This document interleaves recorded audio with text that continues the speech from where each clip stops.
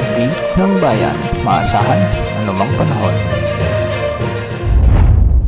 Magandang oras po sa ating lahat. Narito na ang latest update sa lagay ng ating panahon at sa binabantayan nating LPA dito sa loob ng ating area of responsibility. Sa kasalukuyan nga ay patuloy na nakakaapekto ang low pressure area at ngayon ay makikita natin sa ating satellite animations na halos buong Bicol region na ang nakakaranas ng maulap hanggang sa malalakas na pag-ulan. Hindi lang Bicol region ang nakakaranas o nahagip ng low pressure area, kasama na rin ang Central Visayas, Eastern Visayas, Aurora at ang Quezon Province. Ibig sabihin nito, ang mga lugar na ito ay posibleng makaranas ng mga biglaang pagbaha o pagguho ng lupa lalo na kung may mga katamtaman at malalakas na pag-ulan. Sa mga susunod na oras ay posibleng mas makaranas pa ng malalakas hanggang sa matitinding pag-ulan ang Bicol region, ang Quezon Province at ang Aurora, kaya pinaghahanda natin ang ating mga kababayan dyan at laging mag-monitor sa lagay ng ating panahon. Samantala, southwest monsoon o habagat naman ang nakakaapekto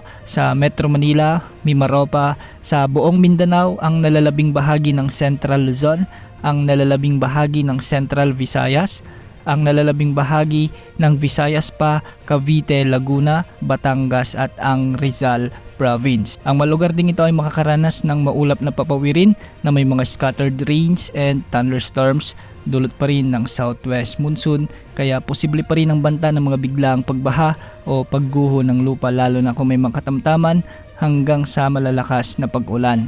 Para naman sa nalalabing bahagi ng Luzon, southwest monsoon din ang nagdadala ng bahagyang maulap hanggang sa maulap na kalangitan na may mga isolated rain showers and thunderstorms, kaya posible pa rin ang banta ng mga pagbaha at pagguho ng lupa lalo na kung may mga umiiral na severe thunderstorms. Samantalang mga pag-alon sa halos buong bansa ay posibleng umabot hanggang 1.8 meters at wala ring nakataas na gale warning sa anumang baybaying sakop ng ating kapuluan. Para naman sa latest update sa low pressure area na ito, huling namataan ang LPA sa layong 175 km silangan ng Virac, Catanduanes at ngayon ay nagdadala na nga ng mga pag-ulan sa maraming lugar lalo na sa eastern sections ng Luzon at Visayas. Sa mga susunod na oras o araw ay posibleng lumakas ito bilang bagyo at papangalanan ito sa local name na Bagyong Auring.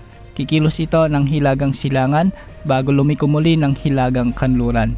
Hindi man nakikitang tatama ito sa kalupaan ng bansa, hihila naman ito o magpapalakas ng hanging habagat na magdadala ng mga pag-ulan sa Western Visayas at Western Mindanao. Ngunit sa mga kasunod pang araw ay posibleng umabot ng mga pag-ulan dulot ng habagat sa may western sections ng buong Luzon. Pinag-iingat natin ang ating mga kababayan sa western sections ng ating bansa sa banta ng mga pagbaha o pagguho ng lupa na dala ng enhanced habagat dulot ng LPA o di kaya naman ay ang potensyal na si Bagyong Auring.